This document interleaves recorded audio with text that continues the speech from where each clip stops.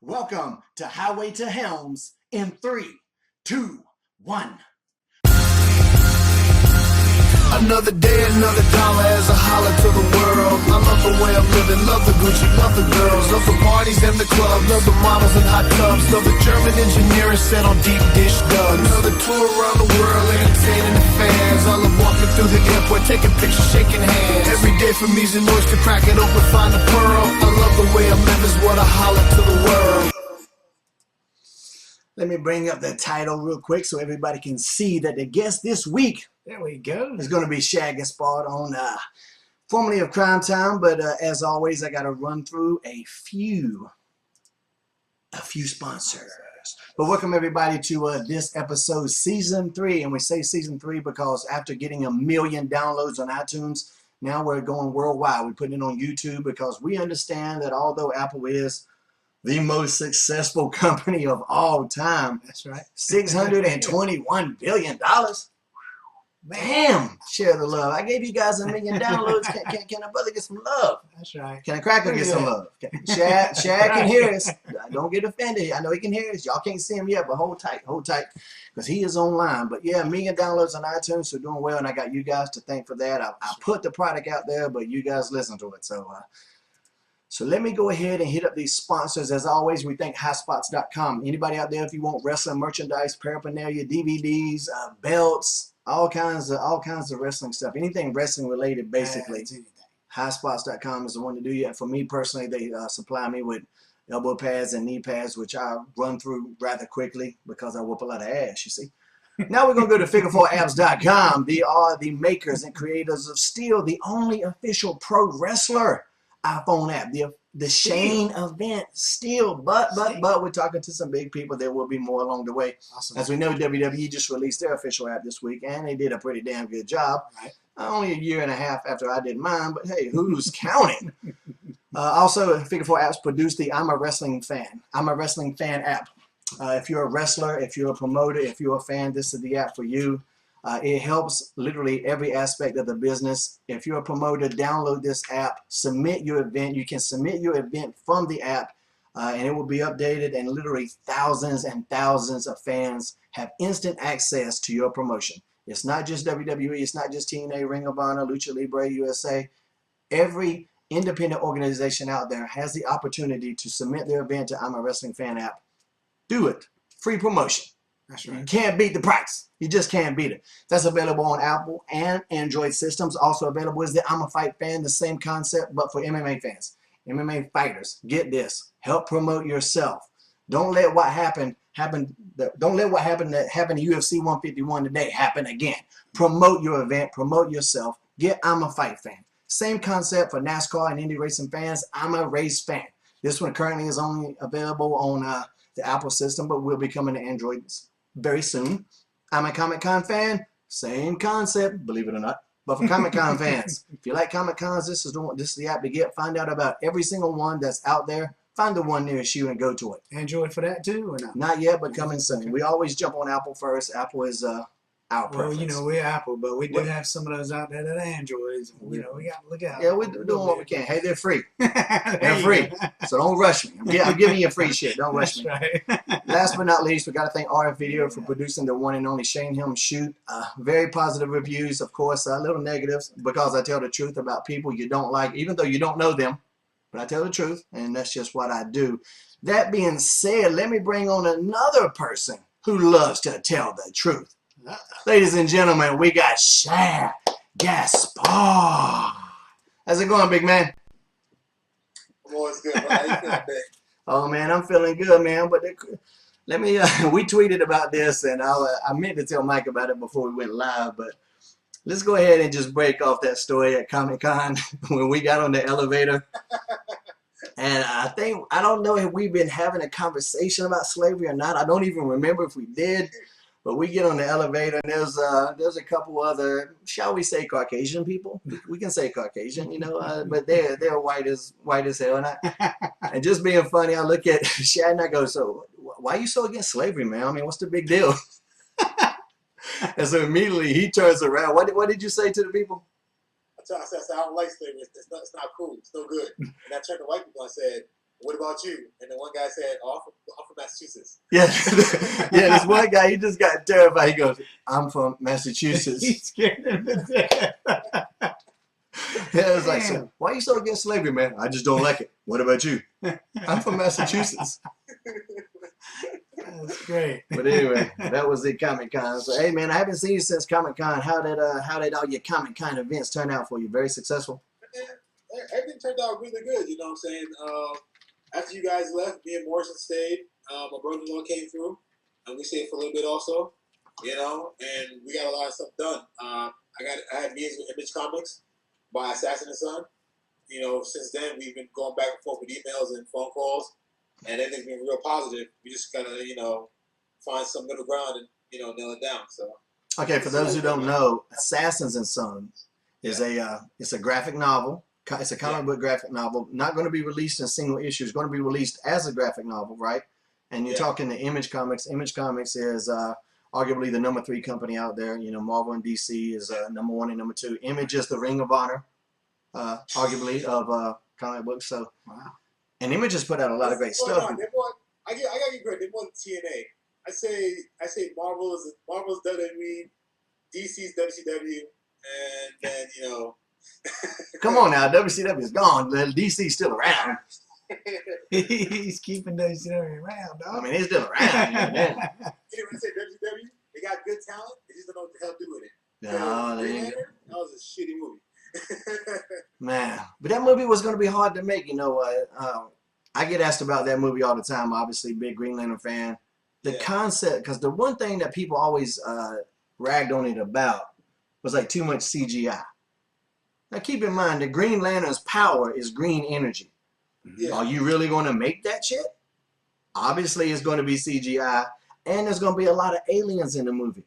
Now, unless we capture real aliens and turn them into actors, or they got to put on some ridiculous costumes, it's going to be CGI. So, I think that's always my thing too. Is I feel like everybody has an opinion about you know, all this stuff, and it's like I always told, you know, like people go, oh, why you go to Comic-Con? You're a nerd. I was like, I'm a huge nerd, and it's the thing, nerds, we set the trend.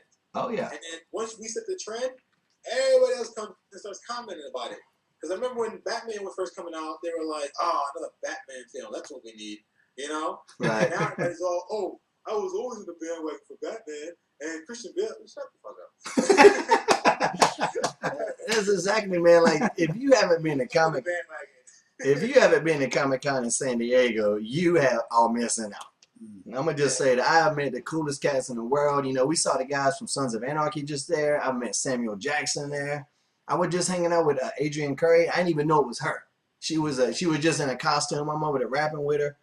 Man, I mean, just the coolest people in the world go there. It ain't just, comics are such a misunderstood medium, just in general, especially like with adults, because adults can like great literature. They can like great art. But if you put the two together, somehow that's just for kids. That's got to be the dumbest algebra ever. That makes no sense. Right. But you know what it is, though? It's the misconception that, you know, comic fans are these nerdy guys who live in a basement, you know, at their mother's house. I got a 5-bedroom house. You got a big house too. Yeah. I ain't in nobody's basement. Right. I ain't gonna lie. I've been in the basement on occasion. I'm not saying. Exactly, you know what I'm saying? But yeah, Some attractive dudes. You know, comic guys, we ain't, you know, shy. You know, it's like that big misconception that every guy who's big automatically got picked on as a kid. right. You know? And it's compensation. It's not like that, you know? But it is what it is. You know how it is. Hey, all big guys are dumb too, right? Ain't that another thing? Yeah. You're not allowed to have brains and brawn. That's all wrestlers are dumb. We're all stupid. We can only wrestle. That's Well, you know me. That's one of the stereotypes I'm fighting in Hollywood. So I'm doing a good job so far. You know what I mean? Breaking that mold. You just had a good deal on a show recently. What was that about? Yeah, I did a TV show, The Exits, on TV Land. That was my 3rd guest appearance within the year, and that's actually really good because I did The Game on BET, I did Law and Order on NBC, and now that's a CBS network, TV Land. Which Law and Order was it? Law and Order SVU. That's for you. Were you a victim? Were you special? I was. They considered me a suspect, but I had a good alibi. You're very suspect. I can understand that. I don't understand. No, I don't get that. I don't know why I get that character a lot. So. That's I very get description a lot. Man, I'll tell you what, when I messed up in Comic-Con this year, the first time ever I worked, and I worked too damn much. Yeah. And when I worked, I was there, I got sick of working, then I was all tired, and like with my foot injury, there's only so much I could be on my foot anyway. Right. And so I didn't get to see as much this year, man. I was disappointed in myself, but I wanted to help out Headlock Comics. You know, they got a great comic. It's a wrestling comic. Right. And it's cool as shit, man. Headlock Comics. Yeah, I think they're trying to work out. I don't know if they are, but I'd like to see them go to Image or something as well. And before we say that, go any further, I want to throw up a couple of your graphics. Assassins and Son is what to look out for. Path of Vengeance, and I got a couple art pieces you sent me. Oh wow. Yeah. Look at the art's done really good. Who's the artist? My artist is a guy in Brazil by the name of Ed Uh-huh. and he's an awesome artist, really good. He's one of those guys that nobody wants to hire because What's that? because his style is so gritty. Ah. Like he does different things that most of us like. He's not very boxy in his art. It comes at you aggressively, and so it's not made for mainstream comics, but it's perfect for mine. You know what I mean? So we use him, and I'm glad we chose him. And he's a like once this comes out, he's gonna be, untouchable. Honestly, I won't be able to afford him more. That artwork looks great. Yeah, I love that. Yeah. If there's one thing that I would, trade my wrestling talent for, Yeah. and whether that's a great amount of talent or not, that's argumentative, I'm sure. But if I could trade it for anything, it would be able to draw like that, man. That is just so impressive. One of my favorite artists is Brazilian, Mike Deodato Jr. I know. Yeah. Yeah, he's amazing, man. I've been following him lately, and his Oh, stuff is because awesome. I retweet his shit. I'm just blown away, man. Like on my Tumblr, and I don't know if you have Tumblr, but if it's a kind of a blog site, Yeah. and it's kind of like Twitter, I guess, but you're not restricted to the 140 characters. And, you mean your Tumblr? Yeah. I seen it. Yo, Oh. I was looking at with my girl the other day. Yeah, so I mean, I put a ton of comic art, a ton of like science stuff, animal stuff, some MMA stuff. You're gonna see a fat booty on there. About once every 5 or 6. You on there with the girls blowing the headphones, and the guy stops and just goes. I got my vices. I like it. You gotta see this. I got my vices, and I don't deny it. I don't try to fight it. When I first met my girlfriend, and I'll throw her picture up here. You can't see it, but you've seen her. The first words I said to her was, I said, "Damn legs, somebody been doing their squats." And the legs went all the way up to that ass. I'm a romantic, man. I'm a romantic. It's hard to be. I do what I can, man. I do what I can. It's beauty. It's your booty. That's right. Boy. So, have you been watching any wrestling lately? What's going on? How do you feel? I know, we talked a little bit about your boys, the the primetime players. How about that? Now, you got to take it as a bit of a compliment, though. This guy's, they're definitely a little bit influenced by Crime Time, no doubt. But I did have to say, the last appearance on Raw last week, they put in a pretty good performance. That's good. I said it before on other shows. You know what I'm saying? And my own disposition with them was, dude. I like Darren. I've always liked Darren. Because you remember Darren's come for years. Yeah. Trying to get a job. We've always tried to help him out. You know what I'm saying? So I'm always happy for him, and he's a good worker. And Titus, he came from football. Me, I came from bodyguarding and fighting. MMA. So I had the same. Had to jump over that hump of being accepted. Right. But my only thing with them is you're a little bit more original, man. You know what I'm saying? It's like if a guy came out wearing a mask, you know what I'm saying, it was like, stand back. There's a storm coming. It's like, dude, wait a minute. Yeah, man, it's it's totally different. Okay, there's a storm and a hurricane. A hurricane is a natural disaster. A storm trickle. They're way different, man. They're way different. Man. My other thing too is I like them, but I remember the last match I saw with Titus. he had a match with I think Kofi or somebody, a singles match, and he was so just lazy in the match. And I looked at it and I was like, he's gonna lose. And like, you know, without fail, you know, he lost the match. And I was like, that's shit I can't stand. You know, whether you're gonna win, you're gonna lose, you gotta look like an athlete out there. Oh, right. You don't, because like, you remember what happened with me? We came back from Mexico and I got freaking hella sick, but I still went to work. And a lot of doctors were like, you can't move. And you know, Matt was like, dude, did you not want to lose? Like, no, I don't care about losing. Yeah. It's that, you know, but some guys really care about that win-loss BS, you know? So that's something that kind of pissed me off with him sometimes. He reminds me, I tweeted this, he reminds me of the guy from The Shining, the old man that got chopped in the heart.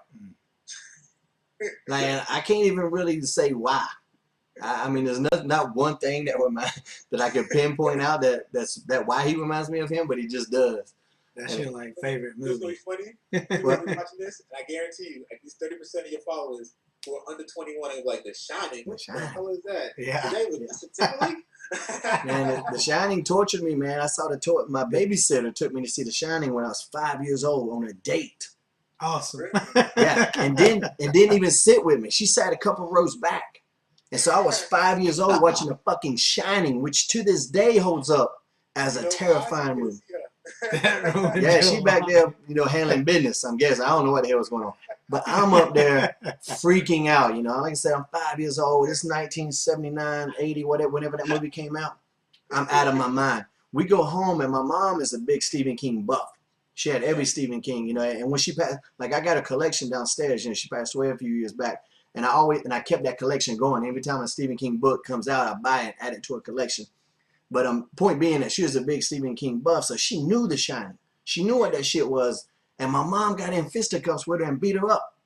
Damn. And like whooped her ass. Like, it's the only time I ever seen my mom do anything. But yeah, she whooped her ass. And like I was fucked up for a little while, man. I would have nightmares pretty bad. I'm sure. 5 years. And to this day, that's why I don't like twins. To this day, I see twins. I get look at it, goosebumps right now. Talking about you can't see them. I see twins. I'm like not afraid, like a phobia afraid, but I get the heebie-jeebies like when you see a like creepy crawly spider or some shit. And especially in like the Bella twins, they knew that shit. They would come to me and like start talking at the same time, and I'd be like, damn. And they're gorgeous, you know they're gorgeous, but they come to me and fucking freak me out. I can't help it. It's actually amazing you guys didn't have twins. I seriously, like, yeah. Same thing happened to me. I went to, like, my sister took me to see that movie It, with the clown. Oh, the clowns. And that freaked me out. And so all my life, I've had a phobia of clowns. And I never, I've beaten up Ronald McDonald, like, legitimately. I fucked Ronald McDonald up. Ronald McDonald will whoop your ass. I'm saying that right here. You fucked him up?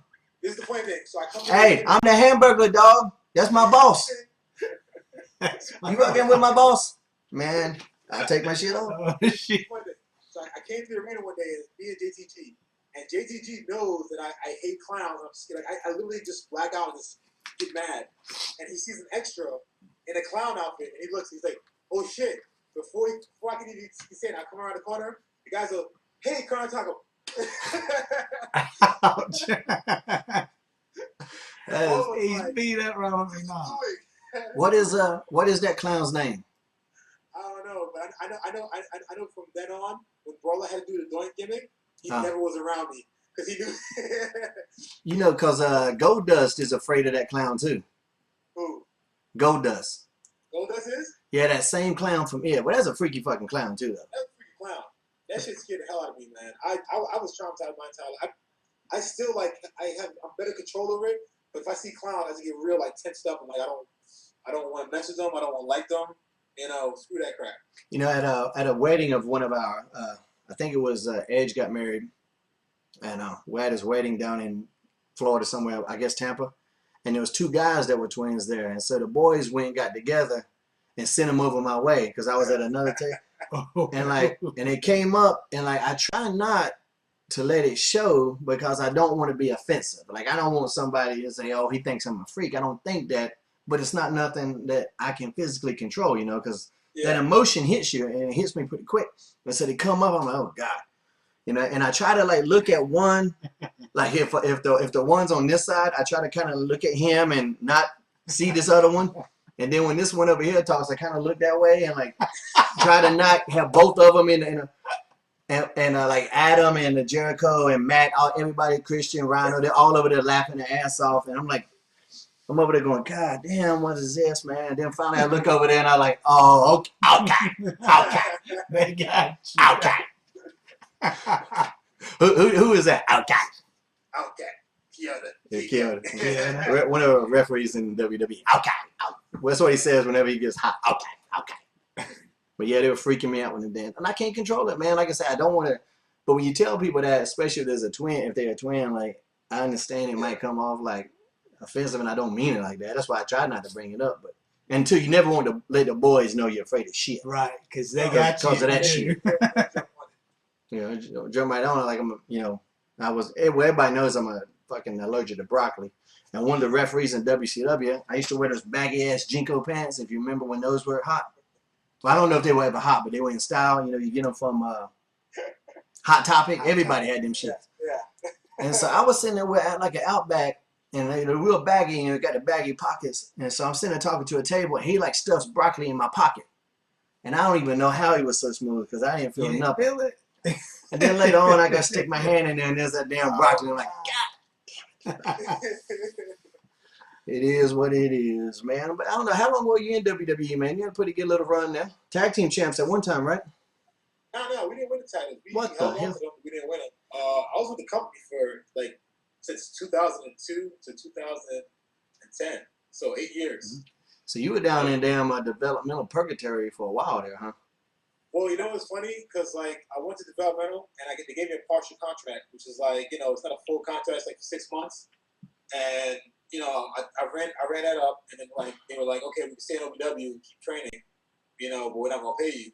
And I was like, all right. So I stayed in OVW, and they were like, well, you need to go to all the weekend shows. I was like, are you gonna pay me? It was like, no. It's like, then I'm not going. Like, so I was like living in Louisville, flying to Atlanta, flying to New York, flying where I could do bodyguard jobs that were paid like good money.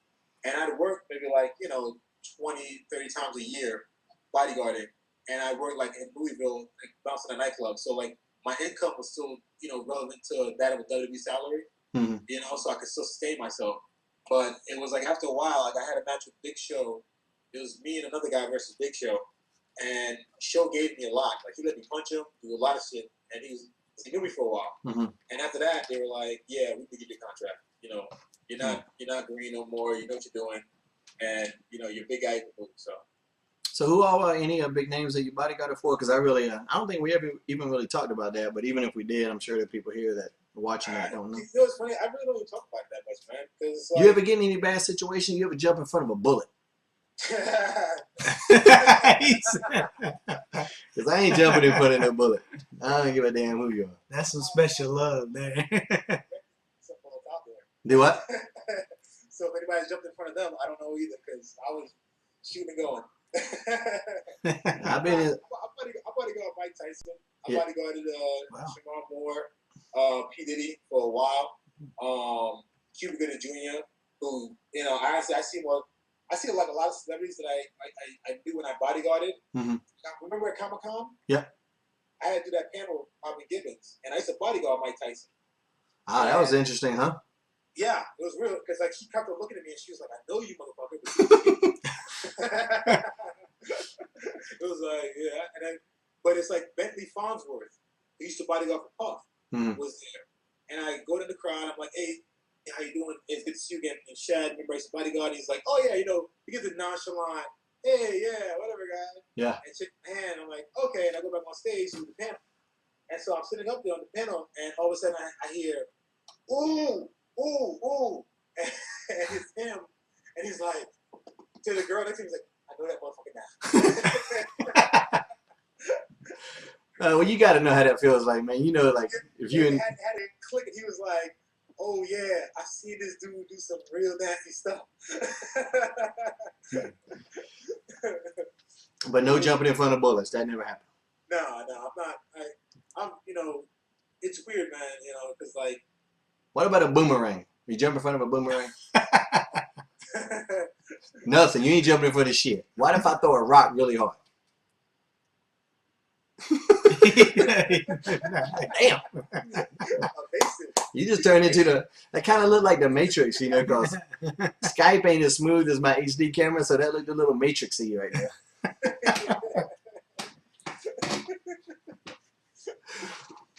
You know what's funny? That's the thing. It's like when you're a bodyguard, you get paid for a certain thing. You're gonna pay me like Puff used to pay us good money, Right. no doubt. But he didn't pay me. Like I remember one time I got out of the car with him and he was a Jermaine Dupree, and so we got out the car and we're going to the studio and he goes to grab these bottles and he goes to put it in my hand. I'm like, what the fuck are you doing? He's like, oh man, just carry these. I'm like, nah, fuck you, I ain't carrying shit. This motherfucker's paying me top dollar, but you don't pay me to carry buckets. You pay me to carry a gun. You pay me to watch your back. You pay me to get you out of trouble that you put yourself into. You know, and it's a small respect thing, but some guys know about it. Some guys they try to finagle it and be shady about it. But yeah. That's wild. That's a pretty impressive list of stars that he's bodyguarding. But see, that's a list of shit I would never do, period. Right? Hey, Shane, you want to be a bodyguard? Nope. I get all I can do to keep from getting myself fucked up. I ain't trying to.